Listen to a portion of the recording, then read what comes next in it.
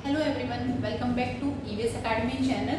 तो आज फिर मैं आपके सामने आई हूँ एक नया कॉन्सेप्ट लेके। ये हमारा न्यूमेरिकल सीरीज जो चल रही थी हमारी, उससे थोड़ा अलग कॉन्सेप्ट है असर्शन और रीजनिंग का। इसमें बच्चों को बहुत दिक्कत होती है। जब मैंने भी एग्जाम की प्रिपरेशन की थी तो मुझे भी बहुत प्रॉब्लम होती थी इसमें। तो बट जैसे मैंने सीखा वैसे ही मैं आपको सिखाऊंगी आज कि हम इनको कैसे बहुत ही ईजी वे में हम इसको सॉल्व कर सकते हैं। ठीक है, तो ये हमारे एयर पॉल्यूशन टॉपिक्स है, प्रीवियस ईयर का क्वेश्चन है। तो सबसे पहले हम असर्शन और रीजन पढ़ लेते हैं कि असर्शन क्या दिया है इसमें। All types of aerosols contribute to radiative forcing. Okay, then reason इसका क्या दिया है, aerosol effectively absorb electromagnetic radiation.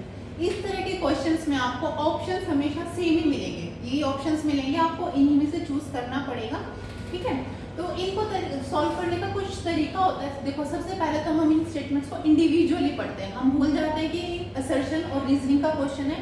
सबसे पहले हमें इंडिविजुअली देखना है कि वो अपने आप में करेक्ट है या फिर अपने आप में इनकरेक्ट है। सबसे पहले हम ये देखेंगे, अगर तो दोनों स्टेटमेंट हमारी करेक्ट हैं तो उसमें हम इसके बाद हम बिकॉज लगा के देखेंगे। तो बिकॉज लगाते हमें पता चल जाएगा कि ये असर्शन का रीजन सही है, क्योंकि इसकी वजह से ये रीजन मीन्स की रीजन की वजह से ये हमारा असर्शन आ रहा है। तो एक ये तरीका होता है। दूसरा हम क्या कर सकते हैं, जो हमारे ऑप्शंस है उनको ऑप्ट आउट करके जो ओड वन आउट है हम उसको निकाल देंगे। देखो, जैसे मान लो मैंने स्टेटमेंट पढ़ी, इन केस अभी मैं आपको समझाऊंगी।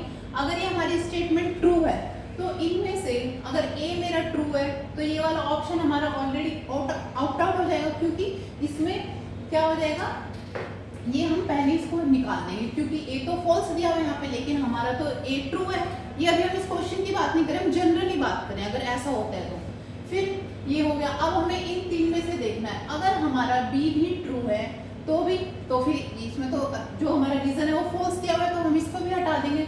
अब खाली हमें काम करना है इन दोनों के ऊपर। तो हमारा इस तरीके से ऑप्शन ऑप्ट आउट करने से हमारा क्वेश्चन सॉल्व करना बहुत ईजी हो जाता है। और एनटीए के एग्जाम में आपको यही स्ट्रेटेजी यूज करनी है कि ऑप्शंस को कैसे हम ऑप्ट आउट करें, कि जो ऑप्शन पे हमें 100% श्योर है कि ये ऑप्शन तो आएगा ही नहीं, तो उसको हम पहले हटा देंगे। तो इस तरीके से हमारे ऑप्शंस कम होते चले जाएंगे। 4 की जगह में 3 पे काम करना है, 3 की जगह में 2 पे काम करना है।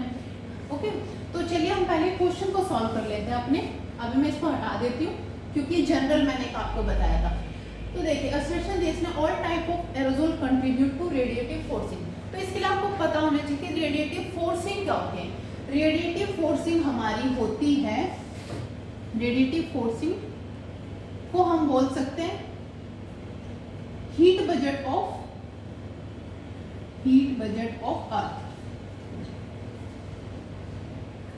मीन्स की हीट बजट फोर्सिंग की किसी भी एरोजोल या किसी भी पार्टिकल की वजह से हमारी जो अर्थ का हीट बजट है उसमें इंक्रीमेंट हो रहा है कि उसमें कुछ डिक्रीज हो रहा है, तो ये होता है हमारा हीट बजट। और इसी को हम बोलते हैं रेडिएटिव फोर्सिंग। ये पॉजिटिव भी हो सकती है और ये नेगेटिव भी हो सकती है। ओके, तो पॉजिटिव रेडिएटिव फोर्सिंग में क्या होगा, इसको शॉर्ट में बोलते हैं आरएफ। पॉजिटिव मतलब जब हमारी अर्थ का टेम्परेचर अगर इंक्रीज हो रहा है, increase in temperature, increase in heat budget, तो हम बोलेंगे उसको पॉजिटिव रेडिएटिव फोर्सिंग। और एक होता है हमारा नेगेटिव आरएफ, मींस की नेगेटिव रेडिएटिव फोर्सिंग, जब हमारी अर्थ का टेम्परेचर क्या हो रहा है, डिक्रीज हो रहा है। इट मींस की पॉजिटिव में हमारा क्या हो रहा है, टेम्परेचर इंक्रीज मींस की हीट बजट इंक्रीज हो रहा है। तो कुछ एरोजोल्स होते हैं हमारे, इन्होंने लिखा है कि all type of aerosol contribute to radiative forcing. ये स्टेटमेंट हमारी क्या है, ये हमारी स्टेटमेंट है ठीक, क्योंकि हमारे जो एरोजोल पार्टिकल्स होते हैं उसमें बहुत सारी चीजें इंक्लूड होती है, जैसे सल्फेट एरोजोल भी है, ब्लैक कार्बन भी इंक्लूड होता है। बट ऐसा तो यही है कि हमारे जो सारे एरोजोल्स है वो कंट्रीब्यूट करता है, या तो वो पॉजिटिव तरीके से करेंगे या वो नेगेटिव तरीके से करेंगे, बट उनका कॉन्ट्रीब्यूशन है। तो ये हमारी जो स्टेटमेंट है एरोजोल की, ये एकदम करेक्ट स्टेटमेंट है। तो हमारा ए क्या है, ठीक है। तो मैं यहाँ पे क्या करूंगी कि ये वाला तो हमारा क्या हो जाएगा, गलत हो जाएगा, क्योंकि इसमें ए फॉल्स दिया हुआ है, लेकिन हमें पता चलेगा कि ये ट्रू स्टेटमेंट है। अब हम रीजन पे काम करेंगे। रीजन में बोला है aerosol effectively absorb electromagnetic radiation. अभी मैंने आपको बताया कि एब्जॉर्ब करेगा तो क्या होगा, टेम्परेचर इंक्रीज होगा।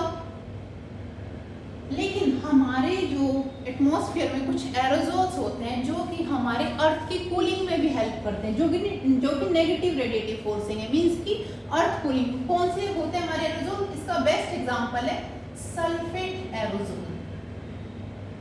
एरोजोल्स इसको हम बोलते हैं कि क्या करता है? Global cooling. Global cooling it means कि ये जो हमारा कोई भी टेम्परेचर इंक्रीज करेगा तो इट मींस वो एब्जॉर्ब कर रहा है रेडिएशंस को, बट जो भी हमारे टेम्परेचर में डिक्रीज कर रहा है तो वो हमारी रेडिएशंस को क्या कर रहा है? रेडिएट बैक कर रहा है। तो यहाँ पे तो खाली लिखा है कि इफेक्टिवली एब्जॉर्ब, तो ये हमारी स्टेटमेंट क्या हो जाएगी? यहाँ पे फॉल्स हो जाएगी। ये ट्रू कब होगी स्टेटमेंट, ये भी आपको जानना जरूरी है, क्योंकि कॉन्सेप्ट क्लियर होगा तभी आप अगर फर्दर एग्जाम में उसने कुछ और क्वेश्चन दे दिया, स्टेटमेंट चेंज कर दी, तो क्या होगा ये भी हमें पता होना चाहिए।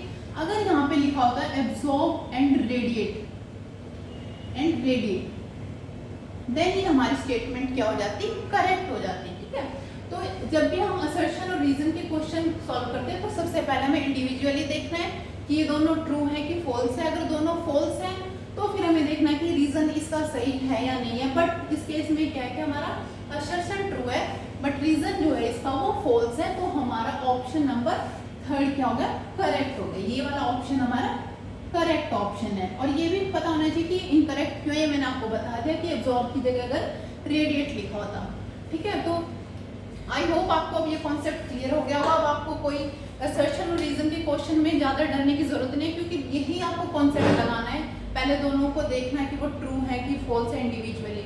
ओके, तो आप इस वीडियो को अच्छे से देखना, दोबारा पोस्ट करके क्वेश्चन को ध्यान से पढ़ना समझना, तो आपको ये कॉन्सेप्ट क्लियर हो जाएगा। तो अगर आप लोग चाहते हैं कॉम्प्रिहेंसिव तरीके में अपनी प्रिपरेशन को आगे बढ़ाना है, आपका टारगेट है मेन कि आपको जीआरएफ क्लियर करना है, तो आप हमारे डिस्क्रिप्शन बॉक्स में चेक कर सकते हैं। हमारी एकेडमी की पूरी डिटेल्स वहाँ पे आपको मिल जाएगी, कॉन्टैक्ट नंबर आपको वहाँ मिल जाएगा। हम स्टडी मटेरियल के साथ आपको ऑफलाइन ऑनलाइन विद रिविजन सारी क्लासेस प्रोवाइड कराएंगे। तो आप ये वीडियो ज़्यादा से ज़्यादा शेयर कीजिएगा और हमारे चैनल को सब्सक्राइब करना मत भूलिएगा। Thank you.